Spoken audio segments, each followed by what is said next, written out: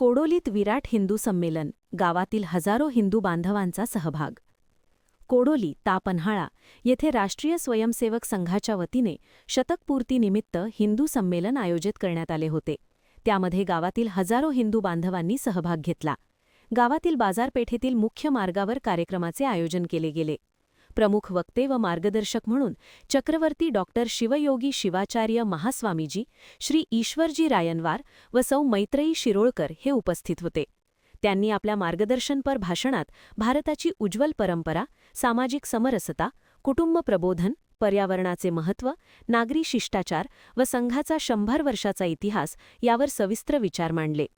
कोडोलीतील सकल हिंदू समाजाने कार्यक्रमाचे आयोजन केले होते. प्रास्ताविक सागर मोरे यांनी केले व आभार संतोष मोरे यांनी मांडले. कार्यक्रमास हजारोंच्या संख्येने हिंदू बांधव उपस्थित होते. महान कार्य न्यूजसाठी विलास पाटील, कोडोली.